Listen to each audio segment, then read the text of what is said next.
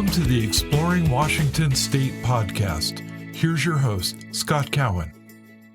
Welcome to episode 17 of the Exploring Washington State podcast. Today I have a conversation with Bertie and Emily Mandagies, collectively known as the Mandagies. Amazing, huh? Bertie and Emily are content creators, influencers, adventure hikers, photographers, writers. They do it all, and they've been making a full-time living since 2018 doing this. We're going to hear their origin, how they met, how they moved to Spokane, who they're working with, all sorts of things about the ins and outs, if you will, of content creation. We're going to find out places that they love to visit in Washington, in Spokane. We're going to break my own rule, and we're going to talk about New York City and a little bit about Idaho. But honestly, I think the questions about those two places are worthy of inclusion into this episode of Exploring Washington State. So sit back, maybe go for a hike, do your exercise, listen to the podcast, enjoy it.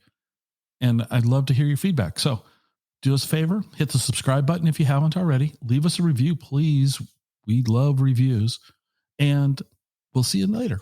Hey, everybody. I'm going to welcome Emily and Bertie Mandagies to the show. Guys, hello. Welcome. Hello. Thanks for having us on. Yeah, thanks for being here. This is going to be kind of fun. You guys run this little travel blog, little being the funny word. You run this really large travel blog. Yeah. This is pretty amazing. For our listeners who don't know who you are, which I doubt is going to be very many people, but why don't you give us a little bit of the backstory, how you guys got started doing this, and what's your journey? Sure. So my name's Emily. This is my husband, Bertie.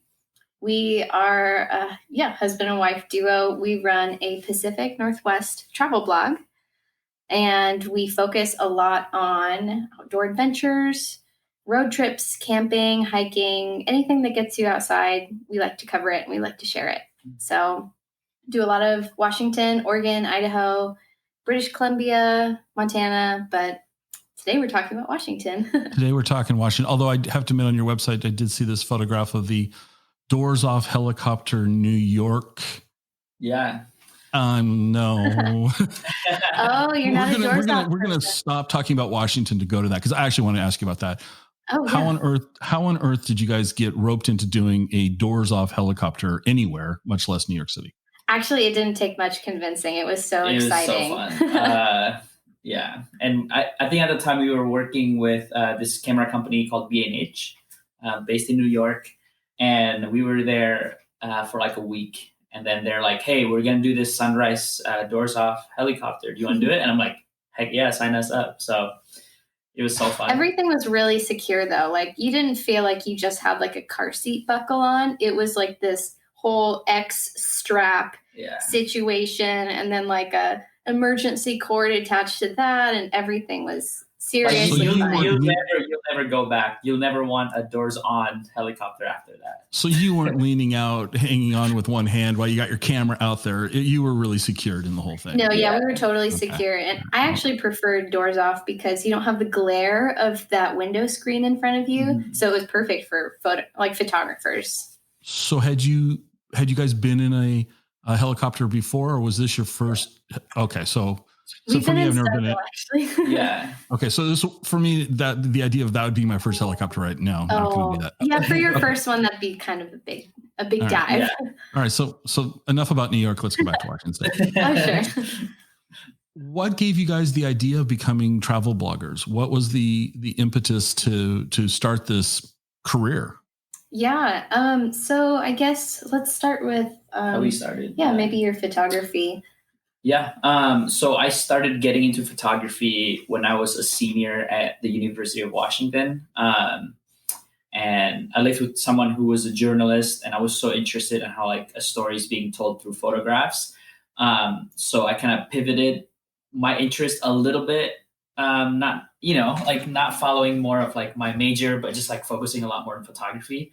And it kind of started from there. And I started shooting my friends' weddings and end up getting recommendations, start shooting strangers' weddings, end up doing like 35 to 40 weddings a year for 2 years. And, but like, I love taking photos of people and like telling their stories.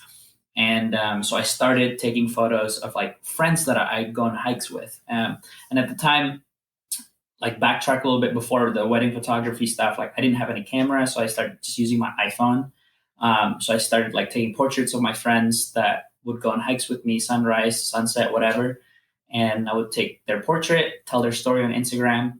And then it started to pick up traffic through Instagram. And I started getting inquiries on like doing a photo shoot for like a watch company and like a bunch of these commercial little projects.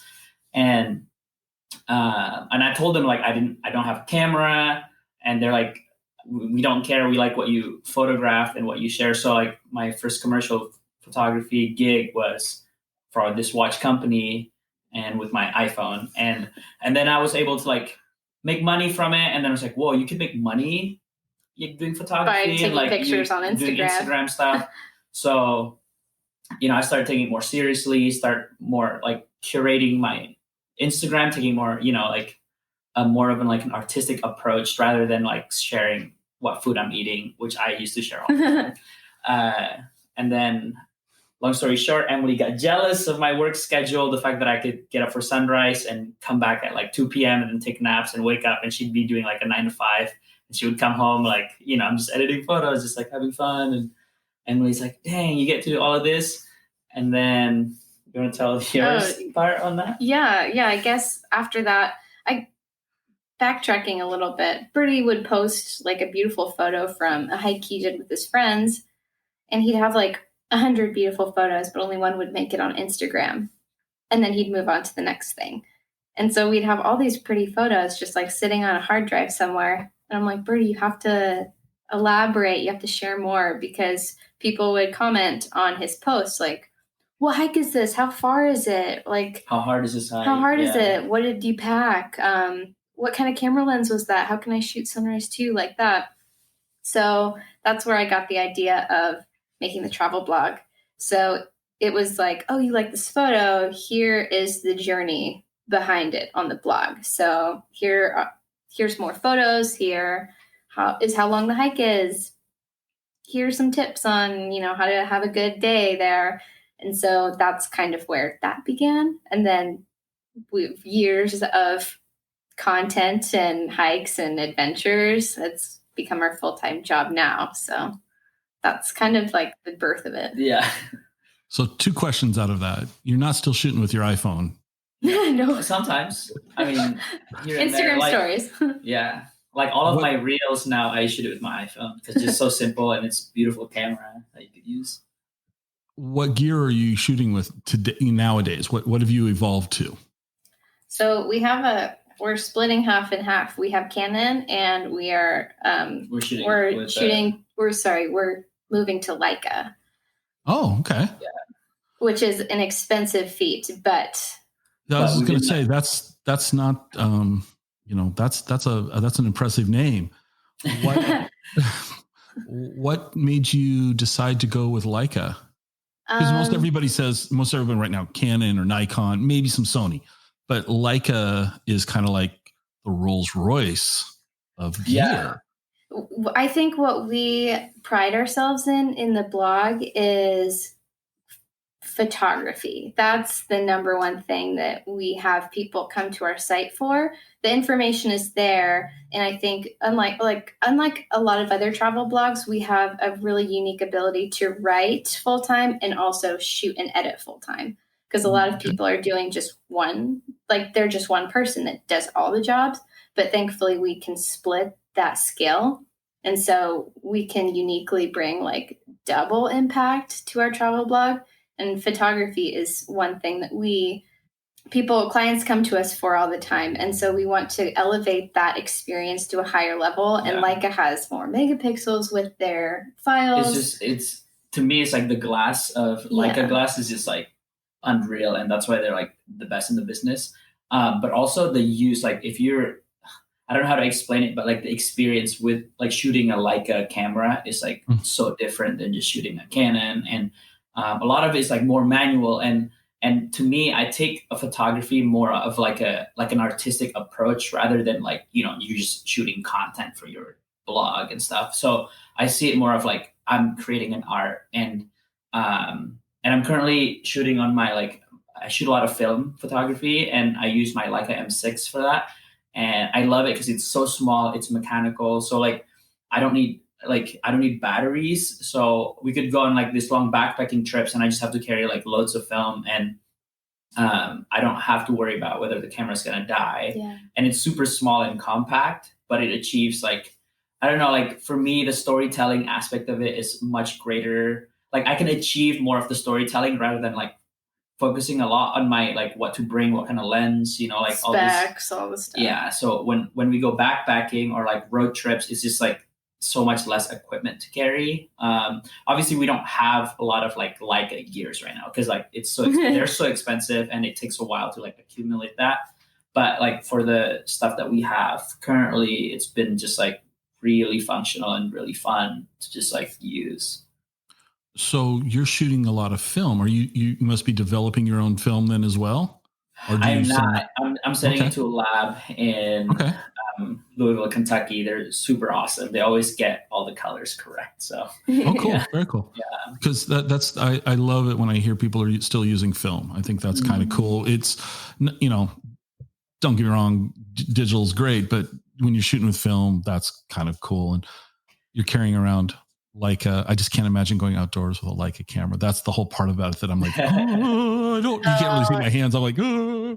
Yeah, totally. So the other question I had though was, you were both at the UW. What were you guys studying before this career pivot? It's totally not what we're doing right now.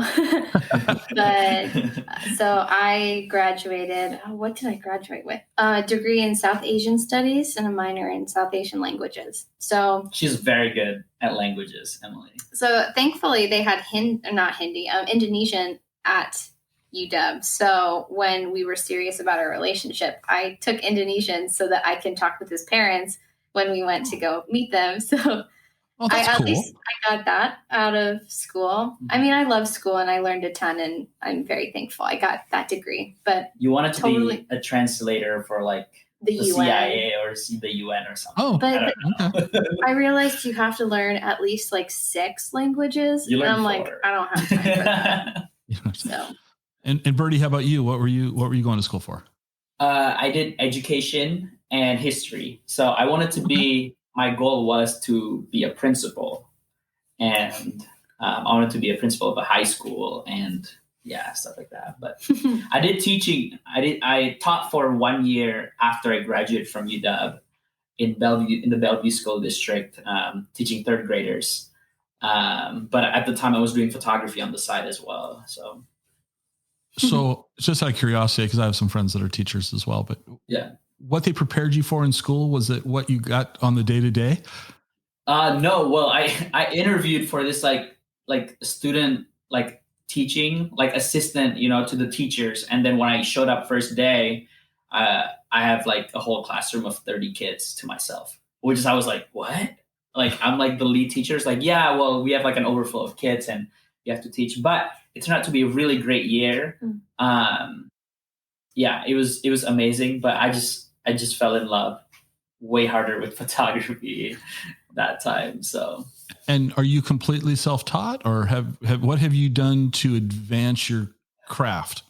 Yeah, self-taught, and I watched a ton of YouTube videos, and at the time, this is kind of on the come up of Instagram a little bit. So no one really used Instagram as photography, and we just I had a community in Seattle that we all kind of rose up together and kind of became photographers together. So we bounce ideas back and forth a ton. We go on hikes a ton. We used to host Insta meets a lot.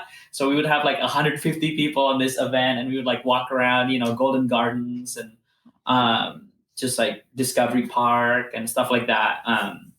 Just having Insta meets. This is back in 2014, 2013. So long ago. Well, it's I make fun of it, but really, if you think about where Instagram was 6 years ago versus where it is today, it's radically different. Technology's changed. The whole thing has changed. Mm-hmm. I totally So you went to the UW, Bertie. You taught for a year in Bellevue, and you're living in Spokane now. So what was the story? You moved to Spokane. What took you from the place that a lot of us think is cool and want to be, to Spokane, which is in the Inland Empire. Yeah, so I think it all ended up being a lot of practical decisions. We picked up our travel blog and both of us started working full-time on it in 2018. So it wasn't like we dove off the deep end and see what happens. It was very calculated, like financial decisions to slowly wean us off each of our jobs to then become full-time. But after we both became full-time, we were traveling all the time, and we had this little apartment that we had in the U District of Seattle, and it was pretty expensive. And I remember one summer we were gone like all of the month of July, and we came back for 2 days. Mm-hmm. And then we had to pay our rent for July. And we're like, we literally didn't use this July, apartment August, yeah. all summer. Yeah. We still have to pay a ton of money. And so we called it our glorified storage unit because that's where we kept all our stuff, but we never used anything. So then we started talking and we're like, okay, we need to purchase something to make it worth our money because we're just wasting money on having this apartment that we never use. So we started looking at houses in Seattle and quickly realized that that is not the place. with the money we were pulling in, which was very little, we could not afford anything in Seattle. And thankfully, my parents live in Spokane. And as we were looking kind of at the house prices there, they were like a quarter of the price of Seattle. And we were like, oh, we could buy something in Spokane and it's not that far away. And we have our friends only a few hour drive and we're close to my family when we start our own family. And like our job is so remote that we don't need to be in like a city. You know, like we can still get the amount of clients that we do get in Seattle. So that is not like, oh, we need to be in Seattle. Yeah. You know? And Spokane has an airport and it's a pretty good one too. So it's always getting better. Like the first time we moved here, their TSA pre-check was kind of like really slow and it was like the same thing. But 3 months after that, it was like super efficient. It's like, wow, it's like getting better. Like you can see the progress, stuff like that. I'll share my story about the Spokane airport. So this is maybe 6 years ago. I was, my day gig is I sell real estate. But I specialize in foreclosed properties. So one of my clients had a regional meeting at Lake Coeur d'Alene. Okay. So I was living in the Olympia area at that time. So we flew over from Olympia to Spokane, went to the meeting, came back to the airport, and I'm sitting and talking to this guy who I've been trying to get to know for a while, right? And we're having this great conversation, and I'm flying Alaska home to Seattle. Mm-hmm. And they go, flight 104 to Seattle is now boarding. I'm pleased, So I go up to the, how you got to hand the ticket to him and it goes, eh. Yeah. And I'm like, what? Me? I'll just say, oh, sir, you're not on this flight. You're on the flight that left 5 minutes ago. Oh, no. And I'm like, wait a second. There's more than one flight from Spokane to Seattle? What? And luckily they got me on the plane. But I was just thinking, little airport, one flight, I don't have to pay attention to anything. But Kenzie, who runs our Instagram and all that, we try to get her to fly in and out of Spokane now too, because because living in Wenatchee, it's pretty much an equal drive. Oh, okay. The Spokane airport's so much easier. Yeah. And that's way less people. Yeah. So good on you. And like for you guys, like mentioned, we'll go back to the New York thing. You can get from Spokane to connect a connecting flight to hit New York. Yeah. Easy. It's not like you're. Yeah. And even if it's an international thing, it's like an hour, actually it's like 40-minute flight to Seattle. And then you're connected to whatever international. And you've already gone through TSA, so you don't have to sit through the Seattle nightmare. Cause that one, Seattle's anyway. I know, right? So you guys bought a place in Spokane? Is that kind of what we asked? Yeah. Okay. So we got it in 2018. So almost 2 years we've been in this house and we love it. We got it for way cheaper than what we were expecting. It's pretty much we save money by buying a house. Your mortgage is probably less than your rent was in Seattle. Way less. Yeah. So it's awesome. Right. So let's talk about Spokane for a little bit. Yeah. Share some of your places in Spokane. Like when you guys aren't out doing adventures and travel blogging and all that, when you're just hanging out in Spokane, give us a couple of places that you think people should check out in Spokane that they might not have heard of. So one place, I mean, you've probably heard the name Mount Spokane, and you've probably heard it because everybody goes there to go skiing and snowboarding in the summer or in the wintertime. But in the summertime, there's so much to do and it's so beautiful. One of our favorite places that we've gone a few times is Quartz Mountain Lookout. Okay. We really love that place. You can actually rent it to stay overnight. So the summer, that's what we did. We booked a weekend to stay there, and we set up our hammock and we read books all weekend, and you could see 360-degree view of everywhere. You could even see Coeur d'Alene from there, and you could go huckleberry picking on the way up to the lookout. There's just tons of huckleberries. Very cool. Yeah. It's a very nostalgic summer place. So we really like that spot. And the huckleberries on Mount Spokane, next level. So good. Yeah. Okay. All right. What about in town? If you guys are going to go out for dinner, where's a place in Spokane for dinner? Oh, I like Umi. Yeah, there's a sushi place in Kendall Yards, which is a newer neighborhood, would you say? Yeah, it's newer. Mm-hmm. Yeah, and it's really hip sushi place, and it's really good. Okay. And it's right along the river, so you can go to their basement, bar level. And I don't know if they have outdoor seating in the summertime. We've only been there in the colder months. Yeah. But you can just go right outside the back doors, and then there's Mount Spokane. There's the Spokane River and a view of downtown. And it's super close, walking distance to downtown. So you could even walk around the riverfront park. And I like to think of it as kind of a mini Central Park that New York has, but this is Spokane. I feel Seattle doesn't really have that kind of park where you could kind of walk around downtown and through the river. And Seattle has very individual parks, here's this park, here's this park, here's this park. Green Lake Volunteer Park. Yeah, they're more. Yeah, but this one kind of you can experience downtown, but at the same time, sitting around, this park. And I don't know, it's really cool. And in the winter too, there's the ribbon, you could go ice skating. And I don't know, it feels really fun. Very, I don't know. It's a really date night friendly. Yeah. Okay. Very festive in a way. Have you guys tried the igloos at the Davenport? The igloos? No. We've seen the Christmas trees in the holiday time.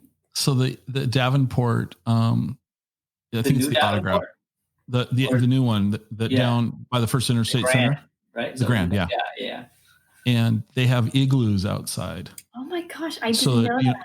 Yeah, they're heated, so during winter you can go out and check that out. Yeah, they were pretty cool. When we go to Spokane, that's where we stay because we'll typically go to Spokane for concerts. Gotcha. Long time ago, we used to go to concerts. COVID. at the First Interstate Center there. Yeah. And so, which is just amazing because you park your car, you go to your room, you go to the concert, you go back, and it's you just cross the street, enjoy your show, and then go back to your hotel. Right. It was. It's an awesome place. So you should check out the igloos there. They're kind of cool. I think you have to. I think reservations were required. I think they take them down for spring. It'll be just a winter type thing, but they looked pretty cool. And they didn't look like they were cheesy greenhouse, with plastic. I mean, they actually looked really very well done and kind of, That's sweet. I'm definitely going to check that out. I bet that those have some pretty good views of downtown Spokane. Probably, yeah. So are either of you into coffee at all? Oh, yes. Mm-hmm. Okay, so coffee in Spokane, where do you guys recommend? Indaba Riverside. Indaba Coffee is really good. Riverside is one of their newest locations, and a very really tall ceilings and very friendly place to work at. This is pre-COVID too. Yeah, we haven't really worked at coffee shops because of COVID. But just pre-COVID, we worked there pretty much Okay. almost Like every at least day. once a week, we Yeah. would go there just to get some new scenery. There's a lot of outlets. Yeah. You can work there So all day.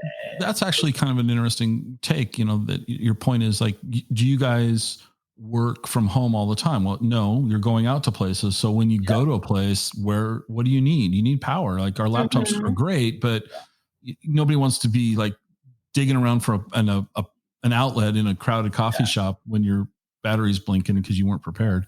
And they serve really good like lunch food as well, so you can pretty much stay there all day. Because sometimes if you're at a coffee shop, you're like, oh, I want to eat lunch, but they only have like pastries that have been there for a while. Yeah. But they do have really good food, and they nurture like people that want to stay there and work. That's like I don't know if that's encouraged or not, but they definitely make it like a really great place for people to come. Like you'd see a lot of like creatives there, like photographers, graphic designers, like musicians, like just a bunch of like people that work for themselves are there a lot. So how many locations do they have in Spokane now? I think I can think of 3, but I know they're 5. I know they are opening one on the north side of Spokane, maybe 4 or 5. I'm not sure. Yeah. My go-to when I go to Spokane, I'm a big fan of First Avenue Coffee. Oh, The folks there are super cool. Yeah. And then Roast House is their roasting company that does their coffee, and that's who we partnered with for our coffee with them. They're kind of our thing.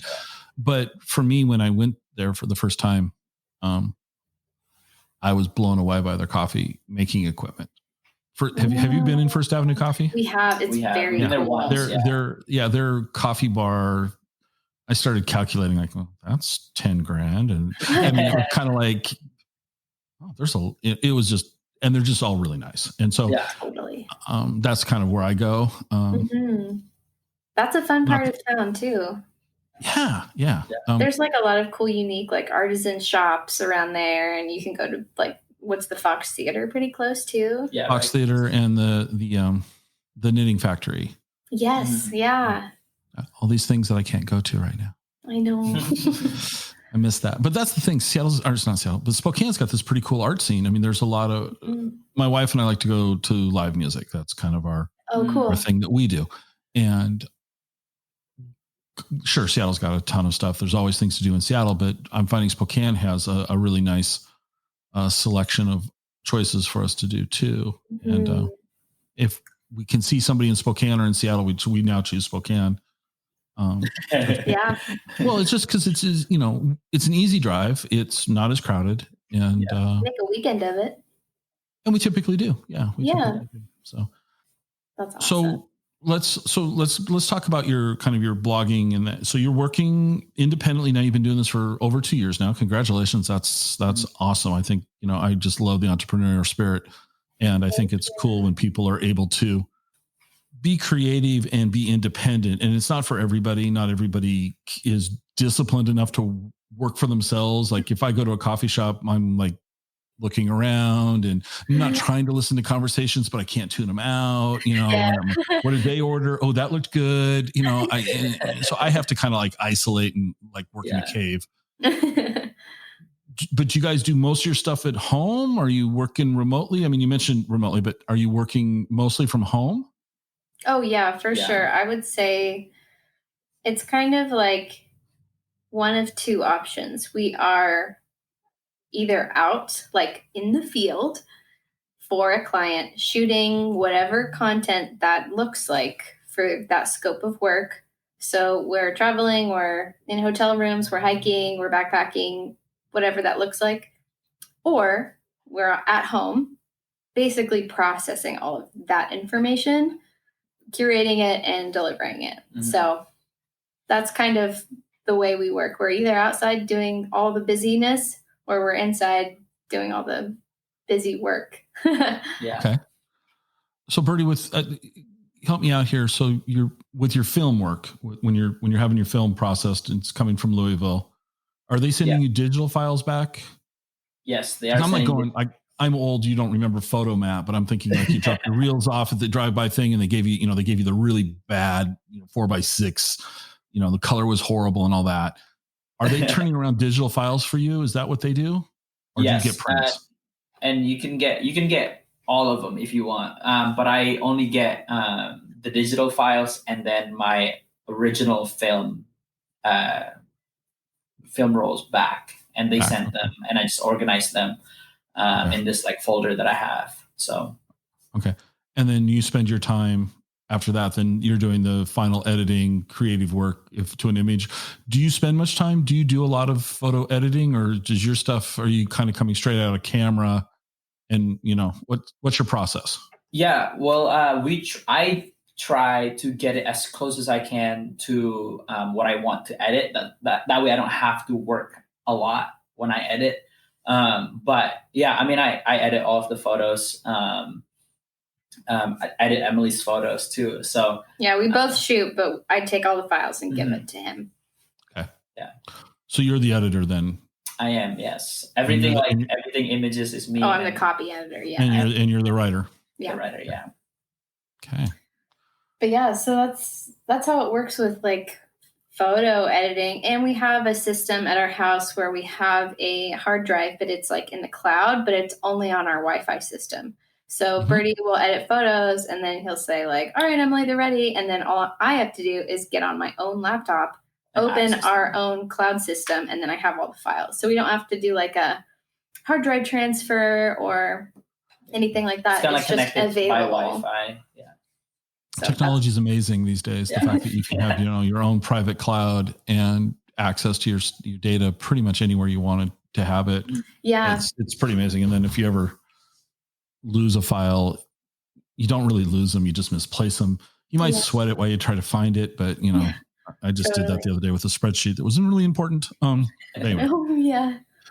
So has this turned into a job for you? Like you guys like to go hiking? You guys met and you started hiking, and on your blog you mentioned, your friends are sleeping in on Saturday and you guys were out going for a hike. Yeah. Yep. So a lot of us are afraid that our passions that we're creatives and we turn them into jobs. Mm-hmm. How have you managed that? Because there's the business element of it. You got to price your work and you got to have those negotiations with the client and set expectations and blah, blah, blah. Mm-hmm. I guess. Oh, go ahead. Well, I was just gonna say, how do you still keep your enthusiasm for this up so that it's not a grind like, oh, we got to go on a hike today? Yeah. Totally. I've talked with some people about this who also want to become travel bloggers. They're like, how can I do what you guys do? This looks so fun.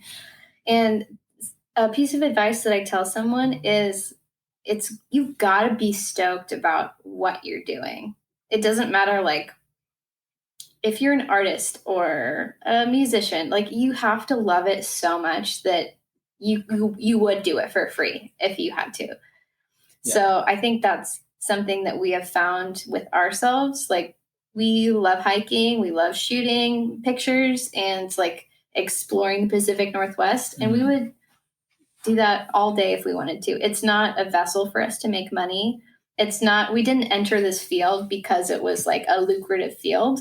We did it because it was fun and we wanted to figure out how to make our passion make money for us. So yeah, that's awesome. And to piggyback on that, like we're to a point now where we can have the luxury to say no to clients that we're not stoked about. So like if there are clients that like, that are kind of like not a good fit, not a good fit, and you're like not too stoked about it, then we know it's like, yeah, we shouldn't take this job because it offers money. Like we should be stoked about the project from the clients, and that makes it so much easier to shoot, because we've definitely done a lot of like projects that we were not as stoked, and that was like really hard to like self-motivate yourself. So we kind of learned throughout the years to be like, okay, we only take projects that we are like really, really stoked about, and then that's when we produce our like best quality work. So yeah. So your clients, who is your client? Who's your avatar? What is that client that you're like, when the phone rings and it's brand X, you're like, yes, this is awesome. Our clients that we enjoy working with are destinations. So travel Oregon, visit Idaho, like Suncadia, stuff like that. I think we really thrive with those partnerships because we can create a story. We can shoot like a whole concept around like a lot of it, a season, an activity. There's a lot of different ways to work with those types of clients because you can really focus on their goals and what they want to achieve, and you can return and have a completely different experience. Mm-hmm. So we like those because they're consistent partners and you can keep providing them with value every time you return. Yeah. Okay. And another client that we love is also like working with companies, outdoor companies that support what we do, like Tebas, B&H.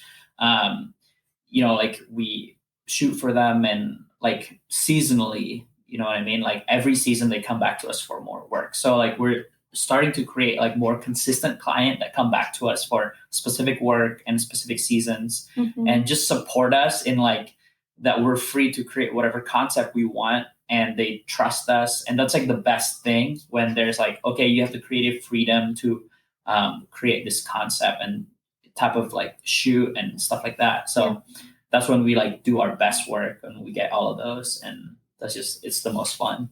That's awesome. That's just, I love your guys' story and the way you're telling this. I just think it's great. Thanks. Awesome. I really do. Cause it's so refreshing to hear people that are,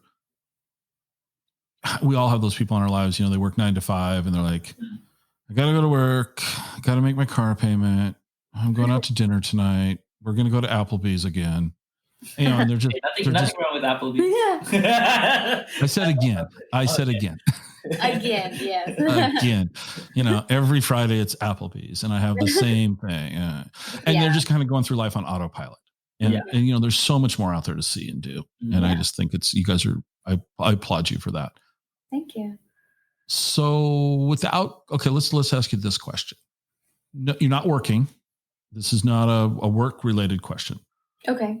You already talked about going up in Huckleberry picking and doing that, but what other places in Washington State do you guys escape to? Like when you're just wanting to go for a great hike or just to get out and away from town, what are some other places in Washington that you like to go? I would say, more recently, I think a really cool escape for us has been backcountry camping. And that can look either like backpacking or car camping, but like, you know, find our own free spot in the forest. Those are the times where I find I can like disconnect the most.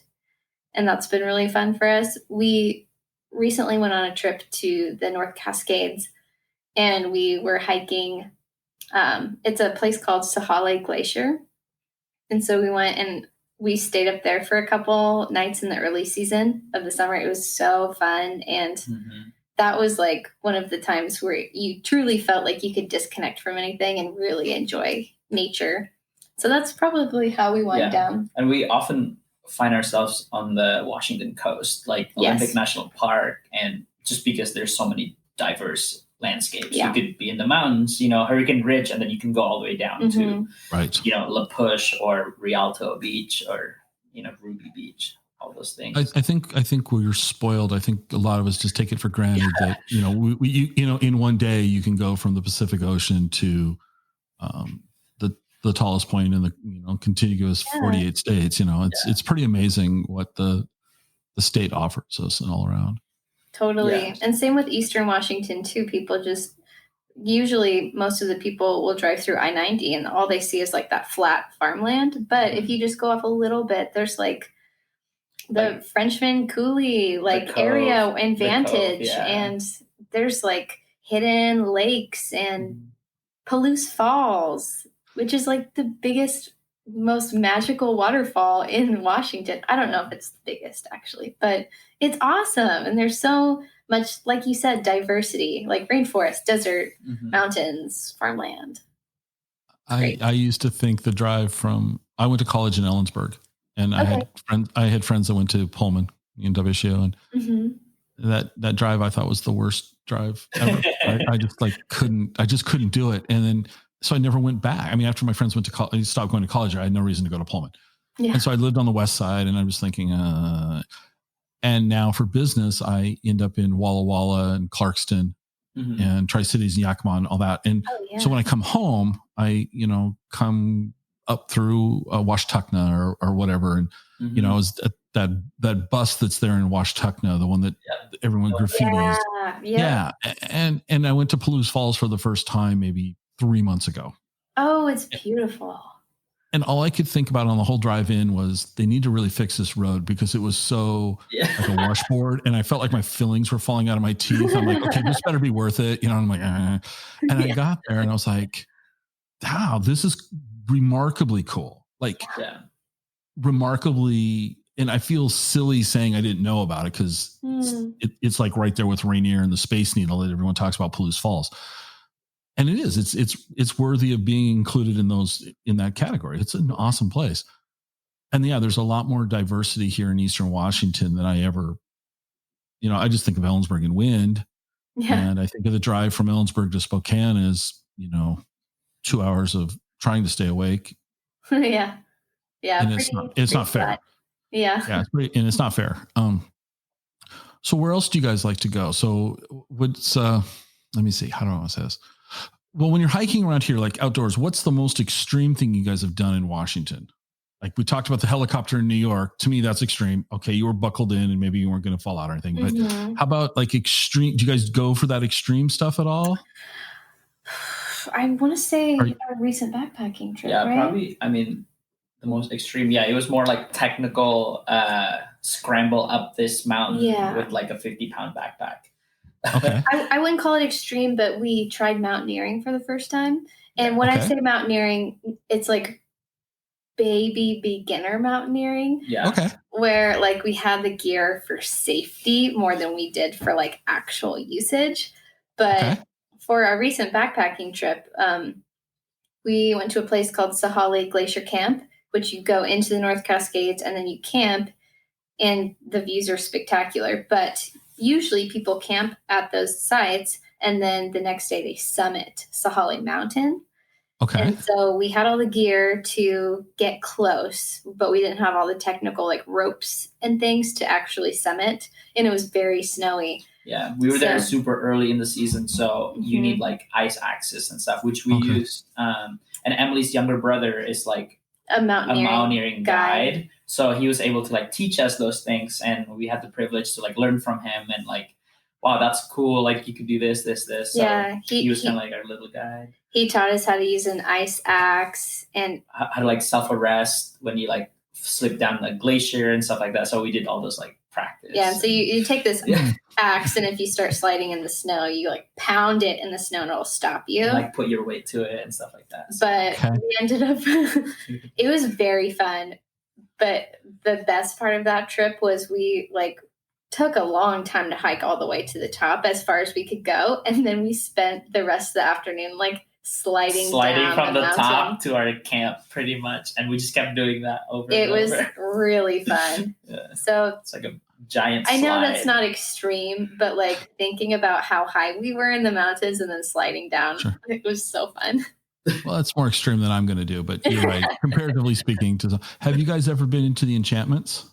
We haven't. We have not. We've only been to Kolchak and for a day hike, but never gone over. One of my friends, he was on the podcast quite a few episodes ago now.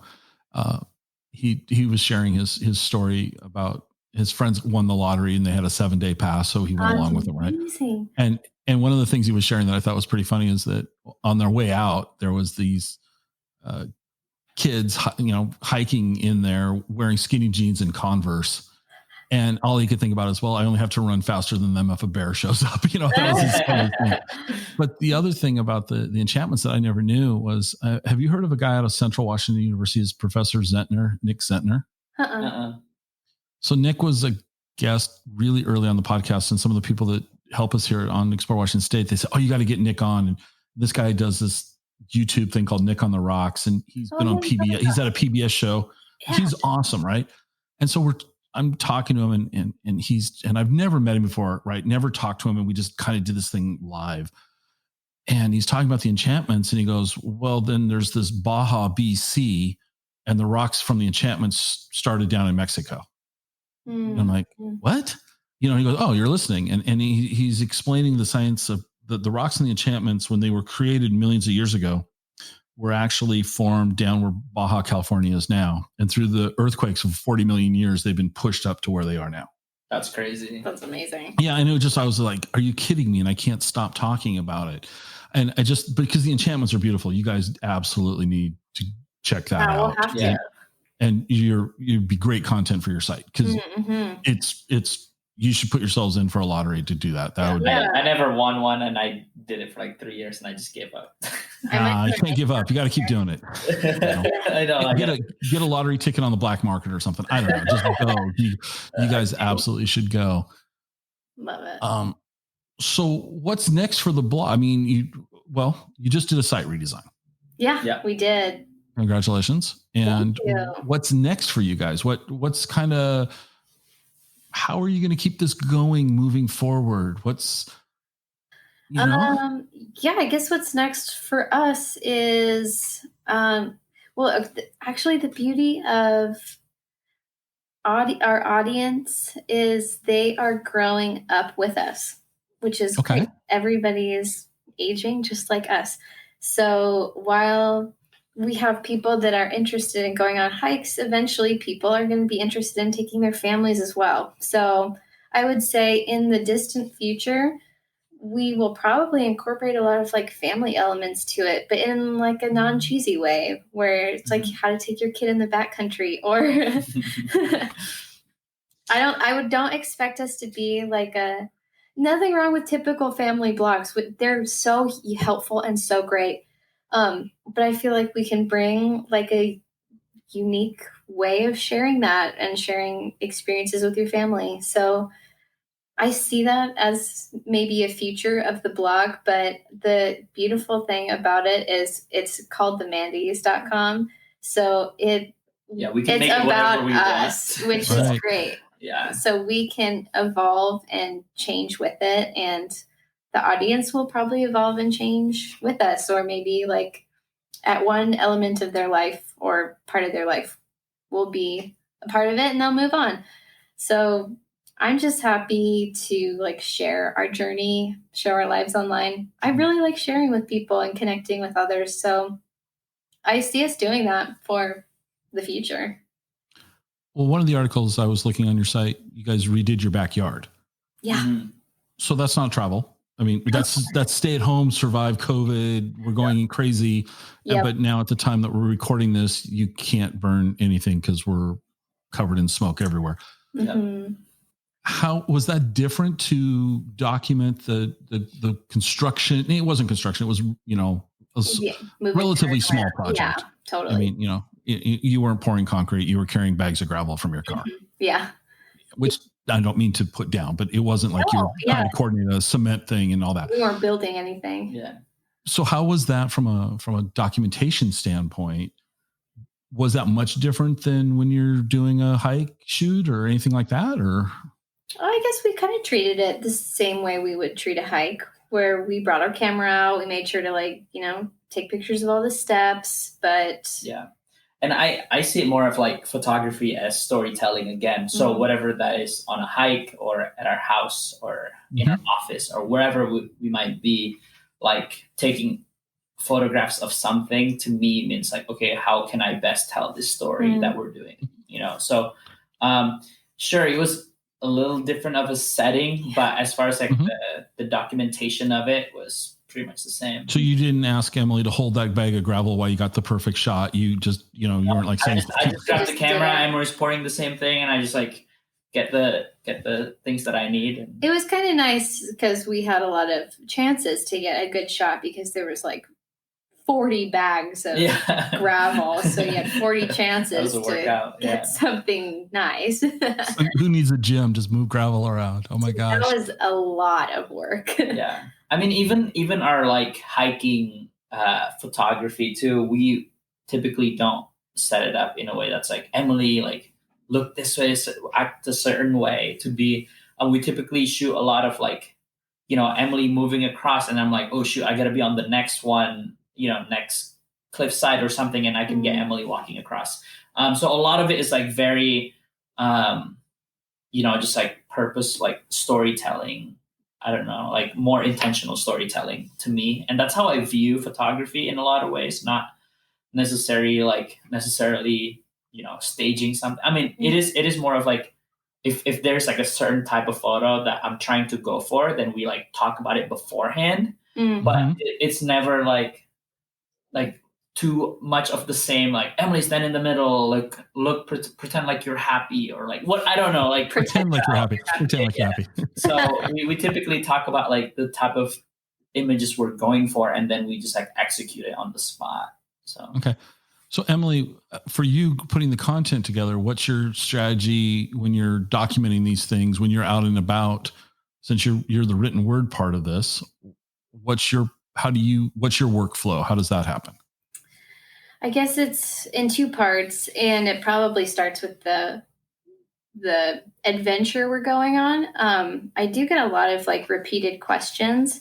And so I know people want to know what the parking lot looks like, what the trailhead looks like, what unique features are on a trail. So although those aren't the most like pretty photos, we still take pictures of that for information. And so while Birdie's brain is more like the storytelling concept, what kind of colors do I want to grab, what kind of feel do I want to bring, I'm a little bit more technical on what does the trail look like, what's the direction sign look like, where do we park our car, that kind of stuff. Sure. And then when we come home, I generally have like a skeleton outline for different types of things. So like a hiking outline. And that really helps me streamline the process of like kind of putting in the information, because a lot of the same times I will talk about a trailhead, where to park, what to pack, features on the trail, tips on taking great photos on that trail. So I usually take the information and then just fill it in like that. What else? I think that's generally how I write. I'm pretty informational, which is great because Birdie's the more visual part. So we have a really good balance of those. Right. So I'm going to break my rule. We're going to talk about Idaho because there's this there's this picture.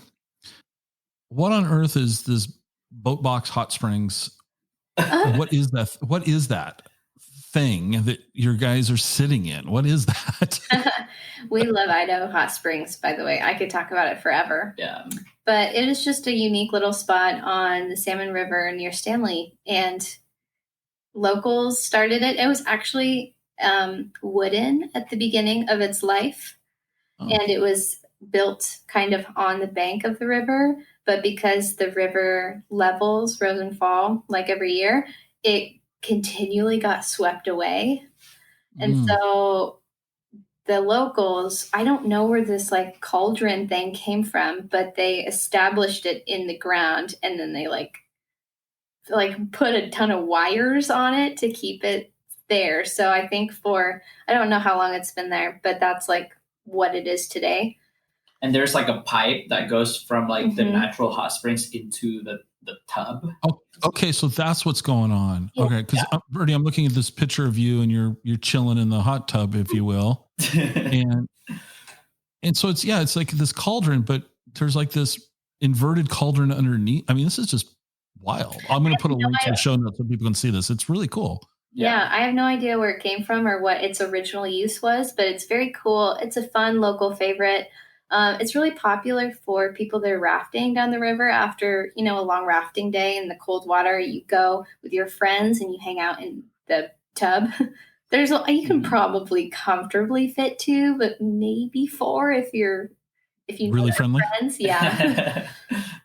No, I've never seen anything like that. That's just absolutely a very cool thing. That's one of them. There's a lot of other really unique spots in Idaho like that too. Okay.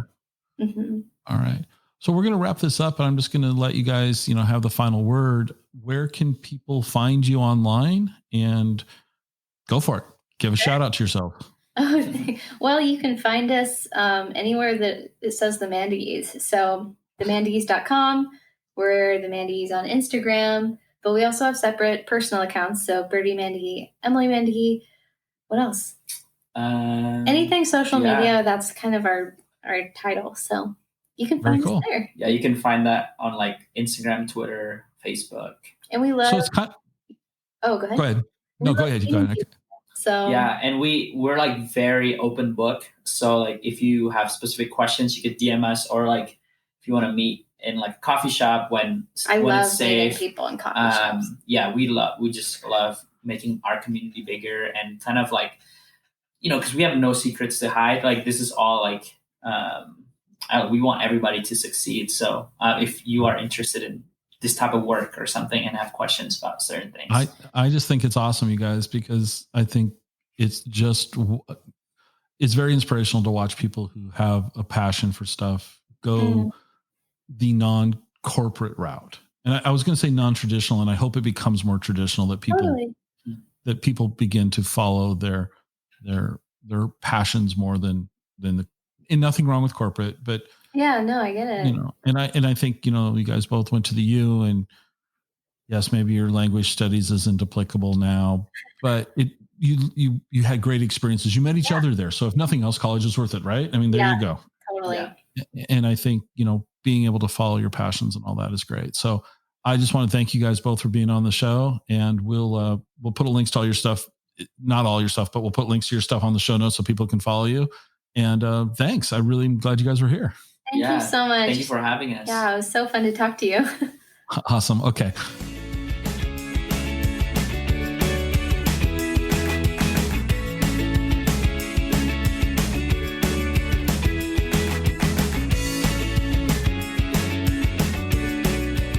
Join us next time for another episode of the Exploring Washington State podcast.